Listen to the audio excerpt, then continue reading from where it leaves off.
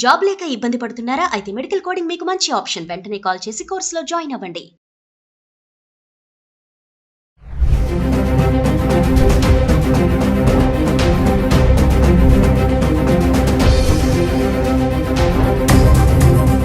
Hello weavers, welcome back to our channel. ప్రస్తుతం మనతో పాటు ఉన్నారు 25 ఇయర్స్ నుంచి అమెరికాలో ఉంటున్నటువంటి ఎంఎన్స్ ఎగ్జిక్యూటివ్ వీరభద్రరావు గారు. సార్తో మాట్లాడండి.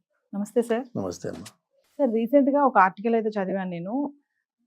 విజిటింగ్ వీసా మీద వెళ్ళిన ఒక అమ్మకి అక్కడ 14 ఇయర్స్ జైలు శిక్ష పడిందంట.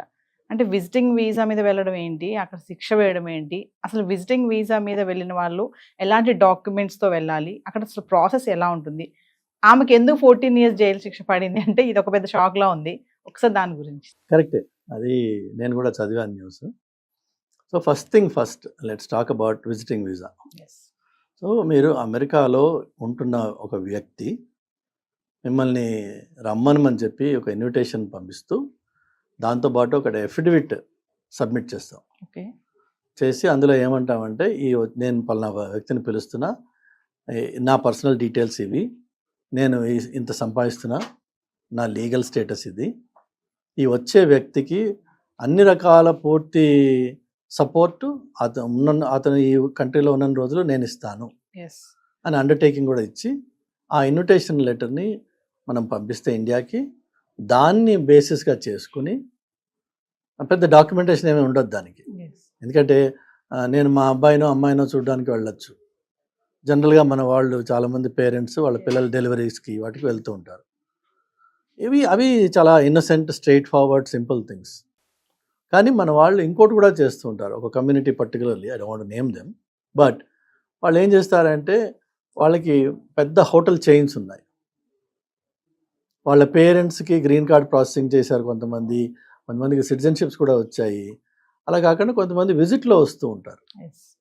ఈ విజిట్లో వచ్చినప్పుడు చేయాల్సిందల్లా మీరు you have come to the US to visit your family and friends. అలానే కొన్ని ప్లేసెస్ తిరుగుతానని చెప్తాం. అక్కడ మనం ఇతనే ఇంట్లో కూర్చుంటాం అని చెప్పాం. సో తిరుగుతాం, సైట్ సీయింగ్, అది మాత్రమే మనం చెయ్యాలి అక్కడ.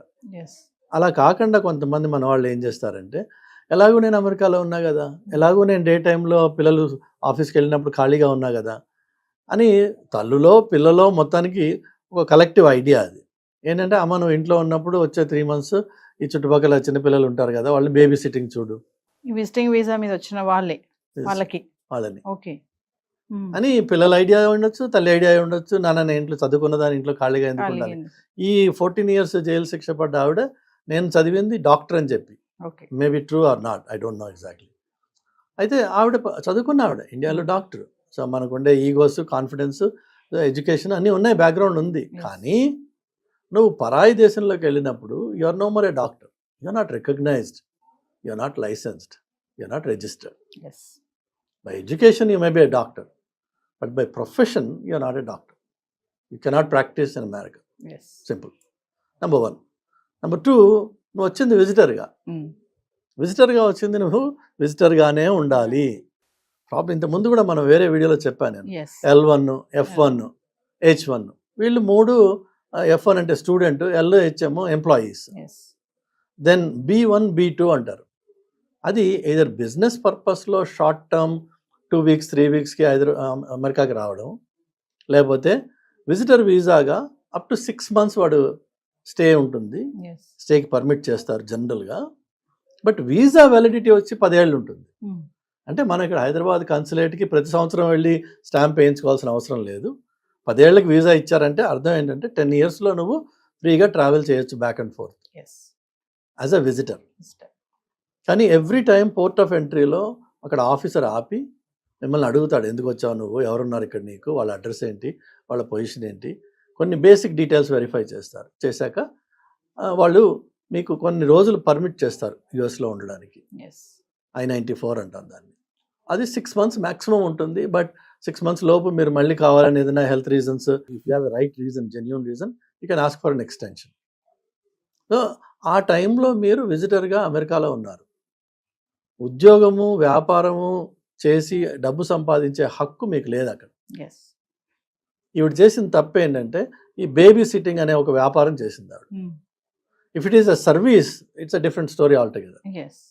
She was making money. Number 2, అమెరికాలో ఎమర్జెన్సీ ఏదైనా వచ్చింది అనగానే ఫస్ట్ రియాక్షన్ న్యాచురల్గా అమెరికన్స్కి వచ్చేది call 911. Sometimes it's a stupid reason, sometimes most often 99% of the time it's a genuine emergency. Yes. Okay, there are even people out of panic attacks due to some past trauma might call 911 and they will get moral support. Yes. Sometimes in person, sometimes over the phone, but you are allowed to call. Nobody will discourage you from doing so. So 911 is your go-to in any emergency. ఈవిడ విషయంలో జరిగింది, నేను చదివింది ఆ వీడియోలు చూసింది ఏంటంటే, ఆవిడ యాజ్ ఎ డాక్టర్, బికాజ్ ఆమె ఎడ్యుకేటెడ్ కాబట్టి, she try to help a baby who was choking Yes.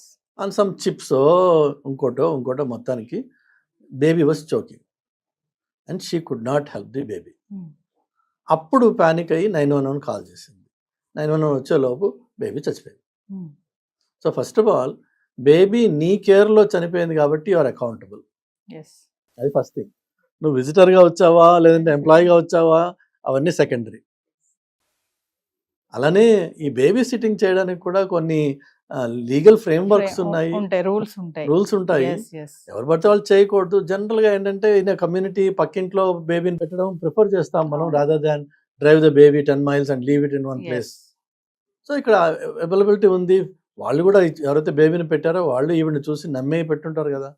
కానీ కష్టం వచ్చినప్పుడు ఏది పనికిరావు.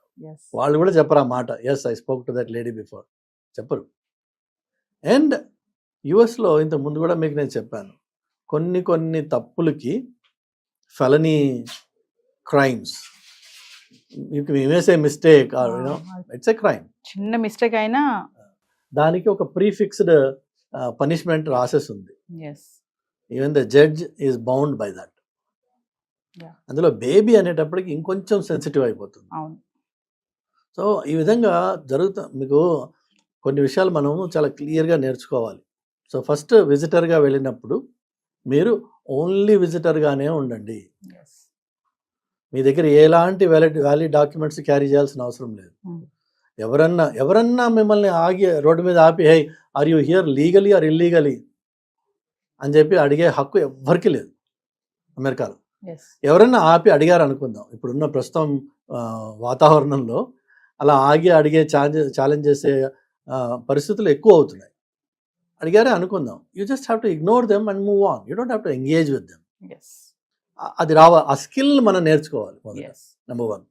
Number 2, only law enforcement has the authority to ask you are you here legally. ఇప్పుడున్న సిచ్యువేషన్లో, ఇంతకుముందు అది కూడా లేదు. లోకల్ కాప్స్కి లీగల్ ఇమిగ్రేషన్తో సంబంధం లేదు. వాళ్ళు అడిగితే మీరు సింపుల్గా మీకు ధారాళమైన ఇంగ్లీష్ వచ్చినట్టయితే చక్కగా చెప్పండి. రాని పక్షంలో I am a visitor, my daughter lives in సోన్సో place, ఇంతే. ఐ యామ్ ఎ విజిటర్ చెప్పచ్చు, ఎవరైనా చెప్పగలరు. My daughter or my son address, అక్కడ అడ్రస్లు కూడా చక్కగా సింపుల్గా ఉంటాయి. House number, court, some street, some lane is enough for them to figure out. మీరు నెక్స్ట్, ఎందుకంటే మీరు ఒక టౌన్లో ఒకటి ఆపి అడుగుతున్నాడు కదా, ఆ టౌన్కి రిలేటెడ్ మనిషే నువ్వు. Now tell me the door number, house number and which court or which lane or which street. They know the rest of it. They can come and find out. మనకేంటంటే ఇండియాలో ఒక రకమైన పోలీస్ అంటే భయం ఉంది. First రక్షక భటులు body language అంతా మారిపోతుంది ఆ టైంలో. ఆ భయంతో అమెరికాలో కూడా పోలీసుని చూసి భయపడతారు. ఫస్ట్ రియాక్షన్, భయపడాల్సిన అవసరం ఏది లేదు. You can engage with them at a very professional level. వాడొచ్చి మీద పడిపోయి, అసలు యాక్చువల్గా అక్కడ ఎవరు టచ్ చేయకూడదు మిమ్మల్ని. అమెరికన్ సొసైటీలో American cop is not suppose to hold you by hand unless he has a probable reason, cause. And ఆ ప్రాబబుల్ కాజ్ ముందు చెప్పి తర్వాత మిమ్మల్ని చేత్తో పట్టుకోవాలి, చెప్పకుండా పట్టుకోకూడదు. ఓకే, అలాంటి కంట్రీలో మిమ్మల్ని ఒక కాప్ ఆపినప్పుడు వాడు ప్లెయిన్గా అడుగుతాడు, చెప్పండి, బీ ప్రిపేర్డ్ ఫర్ దాట్. ఎందుకు అంటే జనరల్గా మన వాళ్ళు అక్కడికి వెళ్ళినప్పుడు పెద్దవాళ్ళు ఏం చేస్తారు, ఈ కమ్యూనిటీస్లో ఈవినింగ్ వాక్ అని, ఆఫ్టర్నూన్ వాక్ అని వెళ్తూ ఉంటారు బయటికి. ఎందుకంటే వాళ్ళకి బోర్ కొడుతుంది, అక్కడ ఇంకో మనిషి కనిపించడు, మాట్లాడడానికి ఏముండదు, టీవీ వీళ్ళు తప్ప. పిల్లలు వర్క్ వెళ్ళిపోయాక వీళ్ళకి బోర్ కొడుతుంది. సో ఈ చిన్న చిన్న మాటలకి రాసన్నా పెట్టుకోండి, ప్రిపేర్ అయినా అయి ఉండండి ఒకటి. రెండోది ఆ తిరిగే చోట మీకు ఇవి కూడా కొన్ని వీడియోస్లో చూసుండొచ్చు మీరు. ఈ కమ్యూనిటీస్లో తిరిగేటప్పుడు మనకి ఇండియాలో కొన్ని అలవాట్లు ఉన్నాయి, అక్కడ పనికిరావు. ఇక్కడ ఏంటంటే మనము కొంతమందిని పరిశీలించి చూస్తూ ఉంటాం, కొన్ని సినారియోస్ని కానీ, కొంతమందిని కానీ, కొన్ని వస్తువులను కానీ. మీరు ఒక కమ్యూనిటీలో వాక్ చేస్తూ ఒక ఇంటిని అబ్జర్వ్ చేస్తున్నారు అనుకోండి, they may get suspicious about you. Observe చేసినా కూడా ఎస్, డౌట్ఫుల్ గా మనం వేరే హౌస్ ని చూసినా కూడా హౌస్ని కానీ మనిషిని కానీ పదే పదే అటు నడుస్తున్నప్పుడల్లా అటు చూస్తున్నారు అనుకోండి, అది కూడా అక్కడ ఎక్కడ సీసీ కెమెరాస్ ఉన్నాయో మీకు తెలియదు. ఎస్ వాళ్ళు మిమ్మల్ని రికార్డ్ చేయొచ్చు 10 times. This guy is walking by my street every day and is observing my house. I suspect this guy. ఆ సస్పిషన్ బేస్తో వాడు కాప్ని కాల్ చేయొచ్చు. కాల్ చేసినప్పుడు వాడు వచ్చి అడుగుతాడు. కానీ అక్కడ తప్పల్లో జరిగింది ఏంటంటే మనకున్న అలవాటుతోటి అన్నెసెసరీగా మనం ఆ అటెన్షన్ని డ్రా చేసాము. చెప్పేస్తే వాడు వదిలేస్తాడు, వాడేం అక్కడ ఇబ్బంది ఏమి ఉండదు. Because you haven't done anything wrong, you just చూసాం మనం. ఆ చూడడం కూడా తప్పే. ఇప్పుడు యూఎస్లో కార్ డ్రైవ్ చేస్తున్నప్పుడు you never turn to left or right and see who's in the other car, never. ఎప్పుడన్నా యాదృచ్ఛికంగా అనుకోకుండా ఒక స్టాప్ సైన్లో ఒక చూపు కలవచ్చు, బట్ యాజ్ అన్ ఇంటెన్షనలీ నువ్వు ఎవరిని చూడకూడదు. Everybody will mind their own business. అది అమెరికా అంటే అసలు basic definition mind your own business is America. So అది ఒక ఎటికేట్ నేర్చుకోవాలి మనం. It's an etiquette. నెక్స్ట్ వచ్చేసి ఈ ఇంటర్వ్యూకి వెళ్ళినప్పుడు అక్కడ ఏదైతే అడుగుతారో ఆ కాగితాలు ఏదైతే మనకి ఇస్తారో keep a copy of that with you. నోట్తో చెప్పే కేపబిలిటీ ఉంటేనేమో చెప్పుకోండి, ఒరిజినల్ మాత్రం మీరు క్యారీ చేయాల్సిన అవసరం లేదు. పాస్పోర్ట్స్ పట్టుకుని 24/7 తిరగాల్సిన అవసరం లేదు. మీకు out of abundance of caution కావాలి, ఒక కాపీ పెట్టుకోండి దగ్గర. అది దాన్ని వాడండి. ఎవరిని అడిగినప్పుడు hey here is my visa, I'm here illegally, లీగల్గా హ్యాపీగా ఉండొచ్చు, గర్వంగా ఉండొచ్చు. సో మామూలుగా విజిటింగ్ వీసా క్యాన్సిల్ అవుతుంది అంటారు కదా సార్, అంటే ఏ కారణంతో క్యాన్సిల్ అవుతుంది విజిటింగ్ వీసా? ఎప్పుడు క్యాన్సిల్ కాదమ్మా. So again remember 2 things. One is visa which is given here in the consulate, permission to travel to the country. That visa simply tells the airline carrier వాడికి permission. అది ఆ కాగితం మీ దగ్గర లేకుండా మీరు ఏ ఫ్లైట్లోనూ ఎక్కలేరు. Okay, మీరు చెక్-ఇన్కి వెళ్ళినప్పుడు కౌంటర్ దగ్గర వాడు అడుగుతాడు, do you have a green card or you citizen or where is your visa.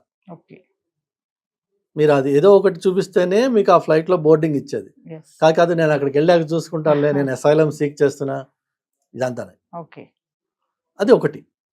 అక్కడికి వెళ్ళిన తర్వాత పోర్ట్ ఆఫ్ ఎంట్రీలో ఆ ఆఫీసర్ మళ్ళీ again he tries to ensure that you are here for the right reasons. వాళ్ళ ఉద్దేశం కూడా ఏదో మిమ్మల్ని ఇన్వెస్టిగేట్ చేసి ఇంట్రాగేట్ చేసి కష్టపెట్టాలని ఎవరికి లేదు.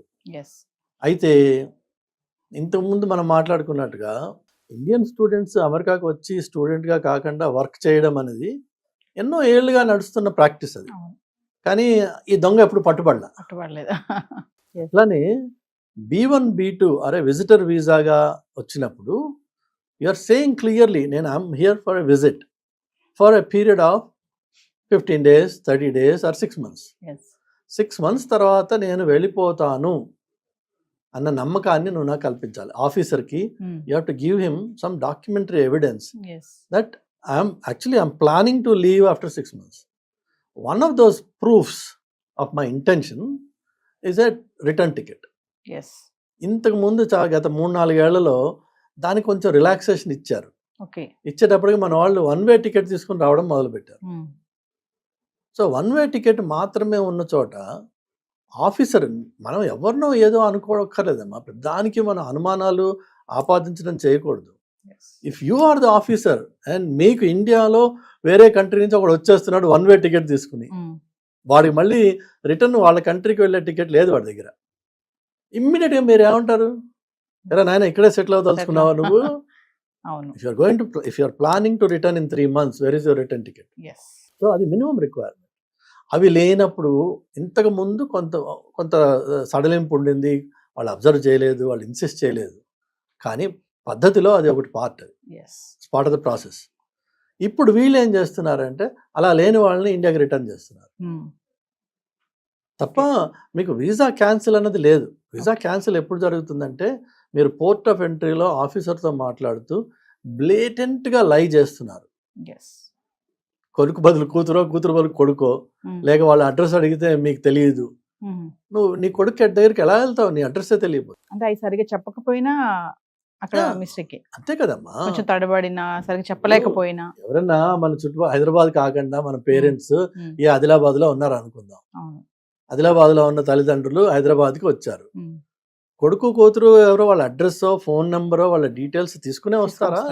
ఏం లేకుండా వచ్చేస్తారా? వాళ్ళు తీసుకుని వస్తారు కదా. So same thing applies when you're going to America. And that ఒక కొత్త దేశం, నీకు భాష రాదు, వచ్చిందే అనుకుందాం, నీకు ఏం తెలుసు అక్కడ ఏం కనబడతావు నువ్వు? You need help upon arrival, or you need to know where you want to go upon arrival. అందుకనే వాళ్ళు అడుగుతారు. ఇప్పుడు బిజినెస్ వీసా వెళ్ళిన వాళ్ళు ఏమో హోటల్ అడ్రస్ ఇస్తారు. I'm going to stay in so and so hotel, here is my reservation అంటాడు. అలా కాకుండా ఇలా స్పాన్సర్షిప్ చేసినప్పుడు నా స్పాన్సరర్ ఎవరు? నా కొడుకా, కూతురా, మనోడా, ఇంకోటా, బ్రదరా, సిస్టరా, అగో స్పాన్సరర్ సో అండ్ సో, వాళ్ళు ఈ అడ్రస్లో ఉంటారు. వాళ్ళు ఎన్నేళ్ళ నుంచి ఉంటున్నారు? సింపుల్ క్వశ్చన్స్ అడుగుతాడు. దానికి మనం నీళ్ళు నవ్వులాం అనుకోండి, ఆటోమేటిక్గా వాడికి అనుమానం వస్తుంది, నిజంగా చెప్పిన మనిషి వీడేనా కాదా ఏంటి అని. ఆ కేసులో మాత్రం మీకు ఎక్స్ట్రీమ్, అది జనరల్గా జరగదు, కానీ ఎక్స్ట్రీమ్ కేసెస్లో అక్కడ వీసా ఎంట్రీ, పోర్ట్ ఆఫ్ ఎంట్రీలో మీకు డిక్లైన్ చేసే ఛాన్స్ ఉంది. చేసి నెక్స్ట్ అవైలబుల్ రిటర్న్ ఫ్లైట్లో మళ్ళీ కూర్చోబెట్టి పంపించేస్తారు. లేకపోతే ఇంకొకటి ఏంటంటే 6 నెలలు మీకు మొదట వీసా ఇచ్చారు ఒకసారి, మీరు 6 నెలలు ఉన్నారు అక్కడ, అమెరికాకి మీరు విజిటర్గా వచ్చారు, you are a native of a different country. అమెరికాకి చుట్టం చూపుగా వచ్చి పోతా అన్నారు, వచ్చి వెళ్ళారు, మళ్ళీ 4 రోజుల్లో తిరిగి వచ్చారు అనుకుందాం. అప్పుడు వాడు ఏమంటాడు? నువ్వు చుట్టం చూపుకి రావట్లేదు నాన్న, 1 నెల నువ్వు అక్కడ చుట్టం చూపుకి వెళ్ళి ఇక్కడ మెయిన్ బేస్ చేస్తున్నావు, కాబట్టి యువర్ వీసా ఇస్ రిజెక్ట్. అన్ని విషయాలు కూడా మీరు చూస్తే these are all common sense based stuff. ఇందులో పెద్ద ఇంజనీరింగ్, సైన్స్, పాలిటిక్స్, ట్రంప్ ఇవేమీ లేవు ఇందులో. పాప అన్నెసరిగా ట్రంప్ని బ్లేమ్ చేస్తున్నారు, కానీ ట్రంప్ ఏమీ కొత్తగా చేసింది ఏం లేదు ఇంకా. So visitors, go as a visitor, enjoy your time, but క్లియర్గా రియలైజ్ దట్ అమెరికాకి వెళ్తే అక్కడున్నవాడే ఒంటరితనంతో ఏడుస్తున్నాడు. ఇప్పుడు మనకేమో వాగే నోరు, కదిలే కాలు. నువ్వు అక్కడికి వెళ్తావు, వెళ్ళిన తర్వాత నువ్వు కదలలేవు, మాట్లాడడానికి మనిషి దొరకడు. ఏమన్నా ఉంటే వాట్సాప్లోను, ఫేస్బుక్లోను ఇండియాకి ఫోన్ చేసుకోవాలి. ఇండియా వాళ్ళు నిద్రపోతున్న టైంలో నువ్వు అక్కడ ఎవడు ఉండడు. టీవీతో టైంపాస్ చేయగలవా? Okay, wonderful. నువ్వు కాలి నడకన నీ కమ్యూనిటీలో తిరగచ్చు, దాంతో ఏం ప్రాబ్లం లేదు. అది కూడా certain parts of the calendar ఇయర్లో. వింటర్లో ఆబ్వియస్లీ ఇక్కడ వాడు అక్కడికి వెళ్ళి ఆడుతూ పాడుతూ తిరిగే ప్రసక్తి లేదు. సో మీరు తిరగలిగింది ఎప్పుడు? Mainly in summer, because spring and fall ఉన్నాయి, కానీ ఫాల్లో అక్కడ చలి ఇక్కడ మామూలు చలి కంటే 3 రెట్లు ఎక్కువ ఉంటుంది. సో అది కూడా పోయింది మీకు. So summer mainly. ఆ సమ్మర్లో కూడా మీరు ఏంటంటే కాలినడకన మీ కమ్యూనిటీలో తిరగలరు. దానికి మీరు ప్రిపేర్డా అయితే రండి, వెళ్ళండి అమెరికాకి, అది ఎనీ పార్ట్ ఆఫ్ అమెరికా. కానీ అక్కడికి వెళ్ళిపోయిన తర్వాత మాకు ఒంటరితనంగా ఉంది, మాతో ఎవరు మాట్లాడేవాళ్ళు లేరు, పోనీ మేము ఏమైనా ఎక్స్ట్రా సంపాదించుకుంటాం, ఇవి ఉన్నాయి కదా, ఈ ప్రాక్టీసెస్ మానుకోవాలి. నా కొడుకు షాప్ ఉంది, నేను వెళ్ళి అసిస్ట్ చేస్తాను అంటే that is exactly the same illegal students ఏదైతే మనం అంటున్నామో, ఈ విజిటర్గా వెళ్ళిన పేరెంట్ ఆ కొడుకు షాప్లో హెల్ప్ చేసినట్లయితే you also become an illegal immigrant. Because నువ్వు ఇమిగ్రేషన్ ఏ పర్పస్లో వచ్చావో దాన్ని డీవియేట్ అవుతుంది, డబ్బు సంపాదించే పని చేస్తున్నావు కాబట్టి నువ్వు విజిటర్ కాదు. ఆ పని చేయడానికి నీ దగ్గర H1 L1 ఉండాలి. So you are broken the law అని చెప్పి వాడు అరెస్ట్ చేస్తారు. దయచేసి ఆ పనులు చేయకండి, మీకు ప్రాబ్లం ఉండదు. చేశారు, కష్టపడతారు. లాస్ట్ పాయింట్, చాలామంది చాలా లూజ్గా ఫ్రీగా ఈ ఇన్స్టాగ్రామ్లోను, యూట్యూబ్లోను, ఇవన్నీ అలాగా ఇంటర్వ్యూల్లోనూ కూర్చుని సలహాలు ఇచ్చేస్తుంటారు. మనము మన అబ్జర్వేషన్స్ షేర్ చేయడము ఒక ఎత్తు, కానీ ఇన్స్ట్రక్టివ్గా ఇలా చేయండి, ఇలా చేస్తే ఇలా అవుతుంది అని అమెరికన్ సొసైటీలో మీరు ఇన్స్ట్రక్టివ్గా ఇన్స్ట్రక్షన్స్ ఇస్తూ వీడియోస్ తయారు చేస్తే ఆ సొసైటీలో there are a few things called liability. Okay. You are liable for the statements you make out of your mouth. Yes. You have taken now the role of an expertise. నీకు తెలుసు కాబట్టి నువ్వు నలుగురికి ఈ మాటని ఇలా చెయ్యండి అని చెప్తున్నావు. నీ మాటని ఫాలో అయ్యి వేరే వాళ్ళు దాన్ని పాటించి చేసి దానివల్ల నష్టపోతే they can sue you for the statements and instructions you have shared. Oh. You are liable. Yes. So liability is a big thing in America. Everything liability అంటే ఎంత ఘోరంగా ఉంటుందంటే మన ఇంటి ముందు వాక్వే ఉంటుంది కదా, మన ఇల్లు దాని నుంచి ఒక 15 అడుగులు వెనక ఉండొచ్చు, దానికి ఒక వాక్వే ఉంటుంది, అక్కడ వచ్చి మళ్ళీ ఇక్కడ కలుస్తుంది. ఇందులో ఎక్కడైనా సరే అనీవెన్గా ఉండి ఎవరన్నా కాలు బెనికి లేక కాలు విరిగి పడితే they can sue you. Okay. Because you are liable to maintain that premises in front of your home. That is liability. Next వచ్చేసి accountability. మీకు always, you cannot hide from accountability in the US environment. ప్రతి దానికి ఒకరు, you can always choke one neck అంటాం అక్కడ. మీకు responsibility ఉంది, you are accountable for the actions you take. Okay. Then next thing వచ్చేసి ఇలాంటివి చేసినప్పుడు మీరు కూడా పెడుతూ ఉంటారు, first there is a disclaimer. Yes. ఇందులో ఒపీనియన్స్ వగేరా వగేరా. So disclaimers are another very important thing. Then the last thing is disclosures. నా సోర్సెస్ ఏంటి, అలానే ఏవేవైతే ఎక్స్క్లూజన్స్ ఉన్నాయి ఇందులో. జనరల్గా ప్రోడక్ట్ డెఫినేషన్స్ వచ్చినప్పుడు అవి డిస్క్లోజర్స్ వస్తాయన్నమాట. Yes. So American society is all about liability, accountability, disclaimers and disclosures. Yes. If you don't do it, you are opening up yourself for all sorts of litigations. Yes. One final example ఏంటంటే, మీరు అక్కడ ఇల్లు కొనడానికి వెళ్తే real estate agent మీకు ఒక్క మాట కూడా మీకు అతను చెప్పడు. ఇది ఇల్లు, ఇగో ఈ ఇంటి గురించి డిస్క్రిప్షన్, ఇది చూడండి చూపిస్తాడు మీకు. ఇక్కడ ఈ రూమ్ ఉంది, అక్కడ ఆ రూమ్ ఉంది, ఇవన్నీ చూపిస్తాడు. నెక్స్ట్ వచ్చేసి ఈ నేబర్హుడ్లో ఏ కమ్యూనిటీ వాళ్ళు ఎక్కువ ఉంటారు, పలానా వాడు ఉంటాడా, పలానా వాడు ఉంటాడా.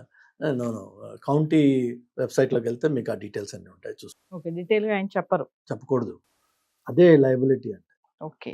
అట్లానే ఇక్కడ స్కూల్ డిస్ట్రిక్ట్ ఎలా ఉంది, is it a good one? No you can go to so website, please verify. Okay. You have to do your own homework. వాడు సలహా ఇచ్చి ఆ సలహా మీద మీరు యాక్ట్ చేసి మీరు వెళ్ళి ఇల్లు కొని రేపటి రోజున ఏదైనా అయింది అనుకోండి, is now accountable for what he has done. అలానే హోమ్ ఇన్స్పెక్షన్ అని ఒకటి జరుగుతుంది.